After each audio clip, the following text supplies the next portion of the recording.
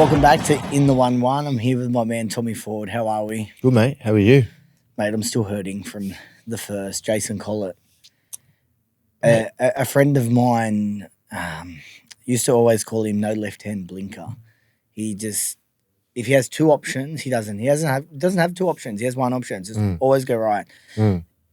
All he had to do is just edge out, just be patient, edge out, take the gap, and it just works home. It clearly didn't like being inside that other horse. No. It got held up for way too long. It gets there. It was heartbreaking. Mate, it's sickening, especially when you beat the market. Like what we took 380, there was fours around. I took 420. Yeah, 420, and it starts $2.90, $3, and best back runner all day, and it loses like that. Probably a moral beat. And the thing that hurts the most is he's such a good rider. He's probably the best rider there on the day. Yeah, and like pre-race, you're going, Collett's on. I'm confident in sort of he'll get the best out of the horse, and then I thought. And it was just one of those days. And sometimes when you have those results, you just need to keep your head. And the hardest thing when you've got to bet for the rest of the day is to keep your head. I text you immediately after. I don't want to say what I said, but yeah, it was a few expletives, mate. I was not happy. Yes, I believed X or Twitter or whatever you want to call it was going ballistic. Yeah. Do love you. But he's an absolute top rider, top guy, but you really effed me in the ass. Yeah. Anyway, we move on. Bit of a tricky card here at Rosehill. We've got a couple of first up horses, which there's a few that are a little bit interested in. Look, you know what? We're not long. We're getting closer. Yeah, we're just getting a little bit of a taste of some good horses that can make a name for themselves in the spring, I think. Yeah. One in race 6, which we'll talk about shortly. But I think there's a few that can rise through the grades. Yeah, definitely. I think, as we said, just don't go ballistic. Don't go too hard this time of year. We are going to get a dry track. Let's start with how we think the track will play. We've got the rail in true position, currently rated a soft 5. You would think it's probably going to be a good 4. Yeah, that's what I did my form on. Yeah. And that's the best way Rosehill plays, I think, is rail true, dry deck. Couple off the fence down the middle part of the track, I think, is ideal. You can run on when the rail's in that position at Rosehill. Yeah. It's just sort of speed dependent, right? If they get speed on and they can sort of come over the top of them late, then I think, that's how Rosehill should play. Yeah. And just before we go in, so as I said, we do, at this time of year, we're just doing the back half of the card. We give our best bets. If you want to support the show, if you want good to be looked after, sign up using the link at the bottom, Unibet. They've got the vault. You've got the BTFU vault. You will have all of my best bets there, and there's a couple that I probably won't mention that you will see and you'll be looked after. So have a look, sign up, look at the vault. Also join our Discord. The Discord's there. The Discord is back in action. It is free to join. Come in, tell us your bets. You'll get my late mail. Tommy will be in there doing his late mail. We've also got a couple of really good people that are, I won't say their names, there's a couple of good owners in there that seem to get really good stable mail. Get involved, join the family. We seem to get some good results in there. Yeah, mate. Looking forward to a good spring, I hope. I'm looking forward to the back end of the year. Look, God, footy finals 8 weeks away. This year we're going to blink and it's going to be over again. Yeah, I know. So let's focus. All right, we'll kick off with race 6. This is one of my bets. I think it is one of the better bets of the day. Maybe not at the early price, but in Tuileries. But let's do the map first. Yeah, definitely. I think this is what comes down to sort of being with or against Tuileries is the map. Drawn the widest, gate 11. I think they're going to go back fresh. They don't want to get caught wide around Rosehill as they start to turn immediately around that chute. Shane from gate 1, I think. Arts Alive. Dollar Magic, the second favourite, I think will all find positive positions, which makes it interesting. If you're against Tuileries, then I think the second favourite, Dollar Magic, will get a nice run up on speed. It's just a question of is Tuileries just too good for this lot? But I mean, at $2, it's kind of a 50-50, right? Mace, what do you think here? Look, I think the beautiful part of starting doing the form in this part of the day is you're going to get a really good handle on what the bias is by then. So if there is a bias, if the track's fair, look, as we said, rail true, it should be relatively fair. Yep. There doesn't look to be a heap of pace on paper. I just think this is a class animal, and on a fair enough track, I think look, I'll be looking at the yard. Look in the Discord because I'll be looking in the yard. We'll be looking at price. We'll look what the money's like late. It's a funny one because if it was to get out to $3 or something like that, you'd think, well, maybe it's not ready or it's the map's heavily against, but it also comes out to being more value. Correct. And then if it comes into $1.70, well, it's probably getting almost short, but you know that it's probably wound up enough as well. Yeah. So I don't know. I'm gonna wait to bet late. I want to get a feel of the track first. I think around the $1.90 mark, I'm happy to bet. Anything above that, I'm happy to bet. But I do want to have a look at the bias on the day. Yep. Other than that, I think this horse has far bigger upside than anything in the field. And from the trials that I've seen so far, I think it's ready to go first up. Yeah, agree completely. I'll be on the opposite. I don't have a bet against Tuileries, but I won't be taking the $2 myself. Yeah. I was more looking for more 250, 260. Yeah, it certainly looks around the right price early, doesn't it? Mm-hmm. All right, we move on to race 7. We've got a 2,400 meter little slogger. 2,400 meter little slogger. They all versed each other recently, so I think they'll all sort of find similar positions. Cormac T will want to be positive. Monarch's Brain, Naval Commission drawn gate 13 will run a roll forward, as will Knight's Armour. Good banter coming off the win last start. Will find a nice midfield position. Gentileschi just outside it will also find a midfield position, hopefully slot in on Good Banter's back. This pace doesn't look too strong. I think a moderate speed. Mace, what do you think here? Because I didn't have a strong opinion on any of these. Winter 2,400 metre staying races, they all seem to sort of go around and take turns. What do you think? Mate, I thought I yelled out the F word when I watched it at 200 and I could just see Good Banter flying in. As you know, I've tipped the horse a lot in the past. Same as Gentileschi. Look, it's not a race I've got any interest in. It's definitely a horse of mine. So if you do like it, I've got nothing against it. And same with Gentileschi. It'll be a race that I'll probably be ordering lunch for, I think. Yeah, for sure. Yeah, nothing from me. Yep, I have nothing to add. Yeah, let's just move straight along to something that we are far more interested in. Rosehill race 8. We have the Schweppes Sprint, and we've got a couple of decent little sprinters in this race. How's the map look? They're going to fly here, I think. South of India only knows one speed, and that's fast. Brudenell from out wide. Semillon, our Coberson. Storm the Ramparts is in strong form recently. It will want to be forward too, up on speed. It just depends who wants to burn the petrol early to find that front. A few might drop out and just want to sit in behind that leader. Cornich, with your blessing, they're well in the market. They both trialled nicely. I think they're going to get nice runs just in behind the speed. And if they overdo it up front, I think they're going to get the runs of the races. But tricky little race here. I'll start with you first, Mace. What do you think? Mate, I absolutely love the trial of Cornich. Mm-hmm. Yeah, I thought trialled absolutely super. Mm-hmm. Just looked ready to win. Hasn't won first up. Hasn't been a horse that's won first or second up. Has raced well in the past though. Let's have the 2 trials. Not 100% sure how the Godolphin horses are going. It could be my slight query on tipping. I was going to make a point about that. Yeah, I think they sold 50 horses just recently, obviously extracting. At the same time, I think James Cummings probably still wants to go out with a bang. Yeah. So, yeah, I think it's going to be... Don't have much data, but I've got a little nugget sort of with how the Godolphins have been trialling to how they've been translating it to race day. Custom one yesterday. I was going to say Custom one yesterday at Kensington. I went and watched a trial. It dropped its head. It settled in the run, hit the line nicely, which I want to see from a trial. Then I looked at Paulin, who was hard in the market 2 Saturdays ago. I think I tipped it. Wanted to race keen in its trial, won its trial. The time was good, but its manners, it was keen. And I don't like seeing that from Godolphin. I like to see them settle. I like to see them relax and show a nice turn of foot late. To Paulin was everything.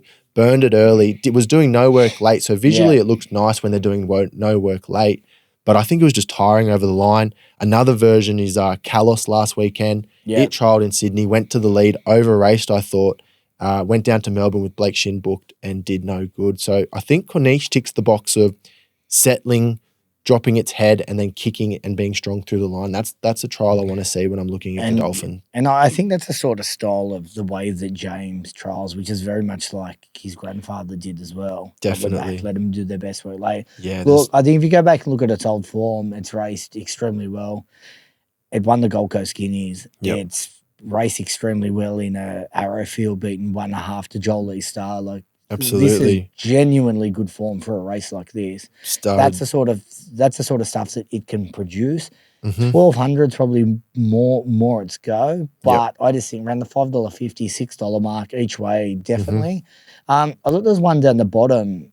Don't know too much of it from its old form, but Catch the Glory. It's about 20 to 1. I just like the trial. Love the way it hit the line in both from out the back. I think there's really good pace here. This is like 1,000 meter, 1,100 meter genuine run on sprinter. Yep. It's drawn a nice gate. It will get a nice trail. I think if anything can be closing off and can give you a shout at 20 to 1, Catch the Glory could be it. Beautiful. I'll tip one as well. Number 6, Danny St. Darcy. This horse, if you go back and look at its form over the track, has one start at Rosehill for a second behind Alencia. On that day, it was held up from the 400 till the 200, got out late, absolutely smashed the line, but the race was all over. Had it got out earlier, it could be a win over Alencia in its form guide. It was a really strong performance. I think if it runs anywhere up to that, it's got to be in the money here. $19. I'm happy to be on each way. Beautiful. Yeah. All right, we move on to next race 9 over 1,500 meters. We've got Robusto is currently favourite, just over Accredited and Thunder Lips. How does this map look? Map looks pretty good. Estadio Mastala won last start after leading with the blinkers on. It's drawn the widest. I think they'll adopt similar tactics here and lead. Yep. Fearson only knows one speed, and that's quick. So whenever it's in the race, you can predict an above-average tempo. Bases loaded. Also, we want to be positive. Robusto and Thunder Lips have drawn nice midfield positions. I think Robusto is going to get the run of the race. Unlucky last start. Held up, hit the line, but the race was all over. Estadio Mastala had snatched it. Accredited, coming off some nice wins. I think its best form might be at Randwick, but we're going to see at Rosehill. Gate 8, it will want to get back. I think it's not going to get that nice run that it's had in its past few runs. Mace, what do you think here? I liked Robusto. I thought if it had even luck in that last race, it probably wins or goes a lot closer, and it only got beaten a length and a half. Carried the 60 kilos last start, gets it again, but if you look at like Estadio Mastala that beat it, there's far different weight swing. I think it was carrying 54 and a half. Yep. Yeah, so it's certainly coming up in weight. I think it's weighted much better in this race against its key rivals. As you said, I think it maps perfectly here. It looks to get the right run. I think it's the best horse on its day by far. Yep, agree. And like when you look down the bottom, I don't think they're really horses that are so much on the rise. I think all of these kind of horses are finding its level. This horse is kind of placed well here, and I just think, I think it's the best one. Yeah, agree. Interesting there with Fearson. Like we've always thought it would be an on-speed horse, but recently it's been missing the start, having problems at the barriers, examined by vets, and it's been well back in its run. That allowed Estadio Mastala to get control last start, find the front, and dictate at its own tempo. I think if Fearson jumps better today, it can be more positive, deeper in its preparation. It's got to be at peak fitness now. So I think if the stable want to give this horse any chance, they should be going forward. But I agree with everything you said. Robusto on top, third up, nice map. Unlucky last start in the key lead up between all of these horses. I think its best is better than all of these, and it runs well at the track and distance. 6 starts, 1 win, 2 seconds and a third. It's well exposed, 38 starts, so we know what its peak is, but I think if it can get to that peak, I think that's better than the rest of them in this field. It's one of those this time of year, but it's like we said, he's rock hard fit now. He's ready to rock and roll. Yeah, I agree. Definitely should have finished closer. And as we said, the horse that beat it gets the weight swing big time. So yeah, agree. All right, we go to the closer over 1,300 meters. How is the map? Big field to finish. We'll see what scratching's doing Saturday morning. But I've got Elson Boy from gate 2. We want to find a positive position, if not leading. Yeah. Cloudland, highlights, likes to roll up on speed. Bunker Hut, drew wide last start, gate 11 with Jace McMurray. Had to sit outside the leader and wide for most part of the race. Now draws gate 1. I think that's a big barrier switch. Yeah. I think it can settle much closer. Kerguelen, drawn 12. Not sure how well the horse is going, but the market always seems to find it. I think it'll go back and try and run on strongly, hopefully, if they overdo it up front. But tricky race to finish this. What do you think here, Mace? Certainly a tricky race to finish. I wanted to forgive Kerguelen. I just thought it's ran into a lot of trouble. It didn't like being inside horses. I don't think it enjoyed barrier 3 whatsoever. I actually think it's going to be better suited drawn in barrier 12. As we said, you've got a big field to finish the day. There's not a stack of pace, but I definitely think by the end of the day, there's some horses that will definitely roll forward. So I think and we'll have the opportunity to string out a little bit. Yep. And I think it could quite easily find that 3 wide with cover running line. Yep. Which is, I think, a place where you would more than likely want to be in the day. Yep. I don't, and it comes drastically back in weight. Yep. Yeah, it carried the 60 kilos last start, comes out at 55. It's the horse I want to land on. It's by no means a horse that I'm looking to truckload. These aren't my sort of really races. Yep. But I do think on its day, when it is at its very best, I think this horse is probably it's still got a bit of upside. Like I'd say it starts 3 wins 3 seconds. Like it's not a bad strike rate. Yep, definitely. The one query is its 3 wins have all come on heavy tracks. Yep. I was going to mention that. That was my concern, but I mean, can't deny that the horse is quality. You know what though? I think there's a big difference between there's a difference between a good 4 this time of year to a good 4 in just 2 months' time, 3 months' October. time. Yeah. There is, whether they'd like to admit it or not. The track has it's far more cushiony, I believe. Obviously, probably prefers the wet, but I actually liked its last. I didn't mind its last run, and I just think drawn wide will suit this horse. Yeah, definitely. Well, I'm going to go with the profile of what you said, so the negatives to be against Coguelin. I thought it might be better suited to really, really wet tracks. I mean, that run last start at Rosehill, that was on a soft 7. I thought it was just a pass mark. Yep. But so that's enough for me to say on dry it might be a bit overrated, especially with the map too. There's a couple of bets here I want to have. 1 and 2, Highlights and War Eternal. On class, these horses are up there. Resuming for the Bjorn Baker stable, if War Eternal's anywhere near sort of half fit, I think it can really give this race a shake. Has a win last preparation over Headley Grange. I mean, that horse is top quality. It was going around in the Winter Challenge, the listed races of winter. It's definitely a top quality winter sort of horse. It's going to get a nice map from 5, and I really like Anna Roper as a claiming apprentice. I think she's a really strong jockey, good balance. And then the other bet here, I'll have a few dollars on Highlights on War Eternal, but also Bunker Hut. I thought it was unsuited last start. Yep. Sat wide, no cover. I'm a little bit concerned about its second up form. There is a chance that it could be flat after working in the run first up. But yeah, I like that it's going to get a cozy run this time from gate 1. And $4 seems good to value to me. I like that. Yeah. And both horses have won their recent trials too. So they're obviously they've had a few trials under their belt. War Eternal's had 4. Highlights has had 2 winning trials. So yeah, a few dollars on them for me. All right, let's kick off with your best bets. All right, 3 this week. We'll start Rosehill race number 3, number 2, Highway Strip. Danny Williams resumes this horse. It's in the Kosciuszko market, so I think if they want to be getting to the Kosciuszko, then this horse needs to be winning on Saturday. It's a big, loping, striding horse, but gate 5, if it can get clear running, I think it should be climbing over the top of them late. Then we'll go to Rosehill, race number 9, number 1, Robusto. For all the points we've mentioned, it was unlucky last start in the key lead-up. 3rd up, nice map. I think its best is better than the rest of them in this race.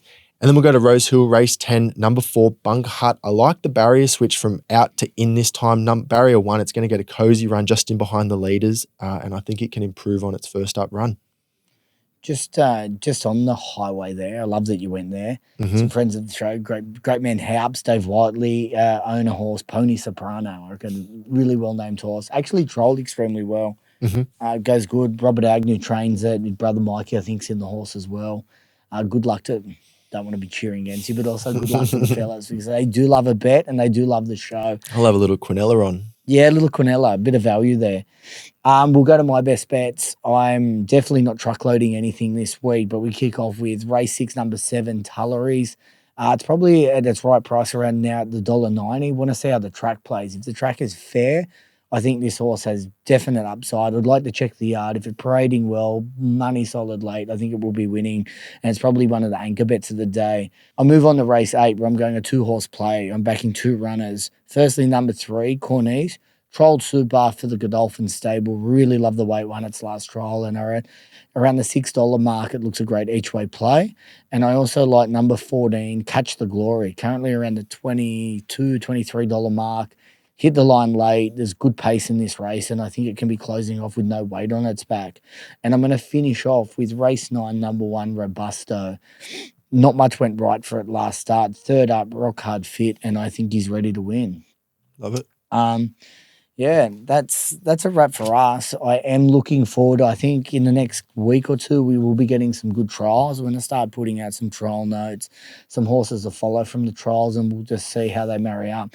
As I said, join the Discord, get involved. Also, the Unibet link is there, all of our bets, and I'll have some extra bets on the day that you'll be able to see and get some good value. So beautiful, mate. Can't wait. Good luck, and we'll see you guys next week.